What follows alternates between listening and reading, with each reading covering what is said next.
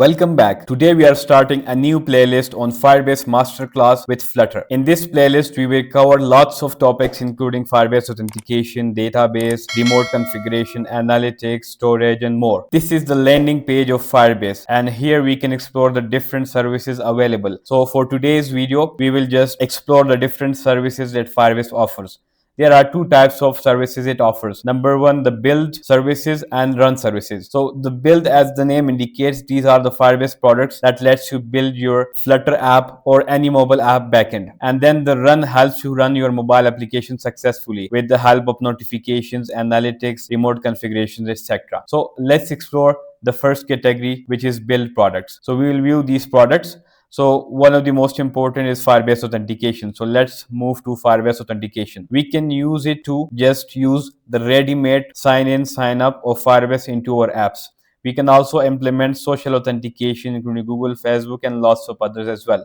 We will cover this in the upcoming videos. And the second important is Firestore. This is the database that we will use. This is a NoSQL database where data is stored in the form of collections in documents. If you compare it with SQL, collection can be thought of as a table and a document is a row in that table. Every document is a key value pair, where key is a string and value can be an integer, a string, an array, etc. And you can also do real-time data listening with Firestore. If you have, for instance, a chat system where you need real-time listening to chat data for new chat messages, so you can implement that with Firestore. So it supports real-time data listening. Then we have the cloud storage. We can use this storage to store media files. For instance, if you have a social media app, we can store the post media here in the storage, or we can store the profile images, etc.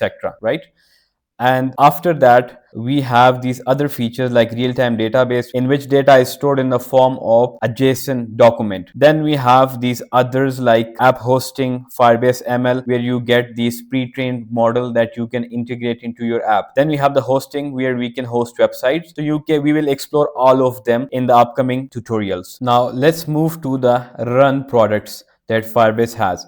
Let's explore these products. We have these important products like A/B testing, where if you want to change a flow in your app, so you can keep track of the previous flow and the change flow, so that you can monitor how users are interacting with these flows, and you can choose the one that works the best. So you can do this A/B test with this service. And then you have in-app messaging. With this, you can show these pop-ups in your app that users can engage with, and they will be more drawn towards using the app. After that, we have this cloud messaging, which is the most important, as you will be sending notifications to users for engagement. You can use these cloud messaging, which is also known as FCM, for sending notifications, either a global notifications that is sent to everyone, or you can also target devices to send Firebase cloud messaging notifications. Then we have Crashlytics, which is one of the key product of Firebase. With this, you can track and prioritize crashes in the app. When the users interact and the app crashes, it will be reported to Firebase,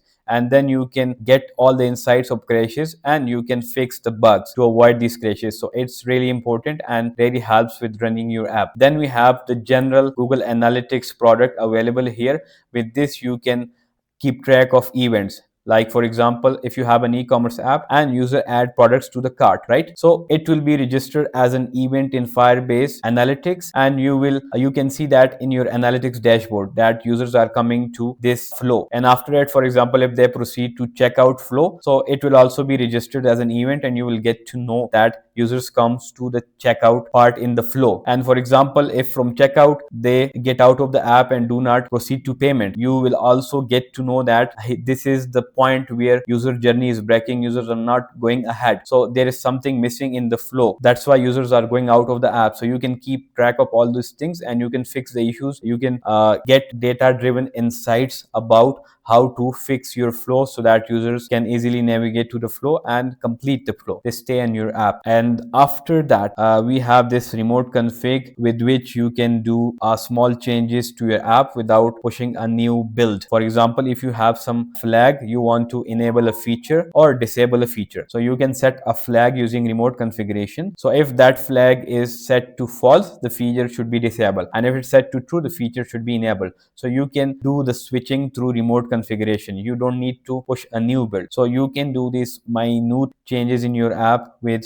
Firebase remote configurations as well. And after that, we have some other things, performance monitoring. With this, you can monitor your app performance and you get to know how the app is doing, and app distribution that you can use to check or test your app. You can share the app among different developers or those from your internal team who can test the app before it is released. These are the products that Firebase provides, and these are really helpful in building your app real quick and fast. So in this playlist, we will do detailed tutorials on these services. We will integrate these services into our Flutter applications. And for Flutter, as you know, Flutter is the top cross-platform framework to build mobile app interfaces. You can check these beautiful UIs built with Flutter. This is probably a tablet, then it is mobile, it may be web. You can see you can develop beautiful UIs for all these platform applications with Flutter.